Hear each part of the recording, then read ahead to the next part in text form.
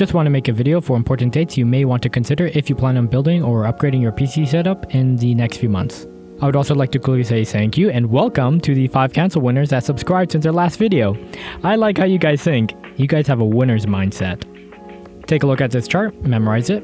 It will be on the test. There's no test, but stay till the end for a bonus. You've probably already heard, but in case you don't really follow PC events, AMD's new line of Zen 5 CPUs have already come out, but they were received with mixed reception. Let's use our consumer mind reading device to see what people have to say. And Kara says she's not paying that much for a Ryzen 5 9600X. Chuck says he can't afford the Ryzen 9 9950X. I'm with you there, Chuck. Kirk says the 9950X looks too intense. I get it, it's just not some people's cup of tea.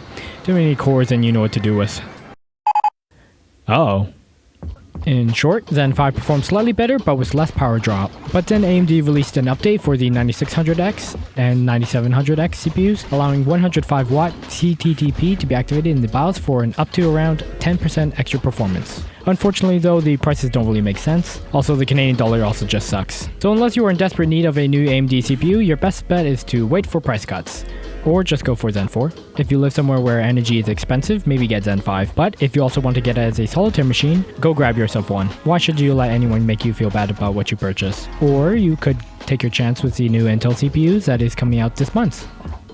If you do a lot of studio work and have plenty of cash, you could also upgrade your Ryzen 9 7950X to a 9950X, but you have to decide if it's worth it. And if you are a gamer, I would wait until the Ryzen 7 9800X3D comes out, if you don't already own the Ryzen 7 7800X3D. It is rumored to be announced in October and released in November. I think it might be just worth the risk to wait.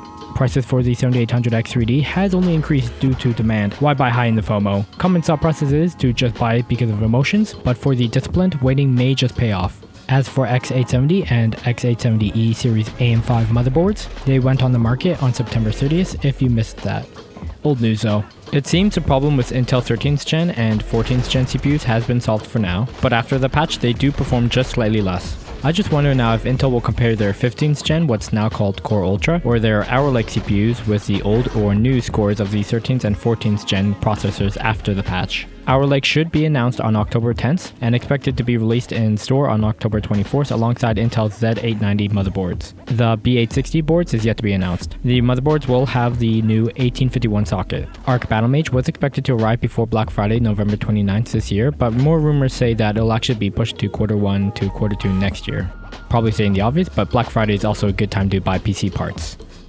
B-Series B840 and B850 motherboards was supposedly delayed to early 2025, but the B-Series boards for Intel and AMD could be launched sooner. AMD Radeon RX 8000 GPUs are supposedly being released early January 7th to 10th, 2025 for CES. Rumors of 5090 and 5080 GPUs have begun to circulate, with the 5090 having a memory of 32GB expected to come out early 2025 Q1. Unfortunately, the 5080 is rumored to be coming out with only 16GB, but we won't know for sure until they are officially announced.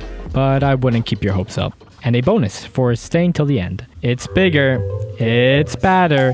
Ladies and gentlemen, I would like to introduce the 9090 Ti Super Duper. Built on the negative 4nm process, it has 10 quintillion CUDA cores and 32GB of VRAM. It'll only cost a GDP of 4 Earths and require the power draw of 4 stars. And the regular version that has only 8GB of VRAM. But seriously, please, will someone do something about these CPU prices? I'm still stuck on Intel 10th gen. Thank you for staying till the end. Subscribe if you'd like to stay in the tech of things.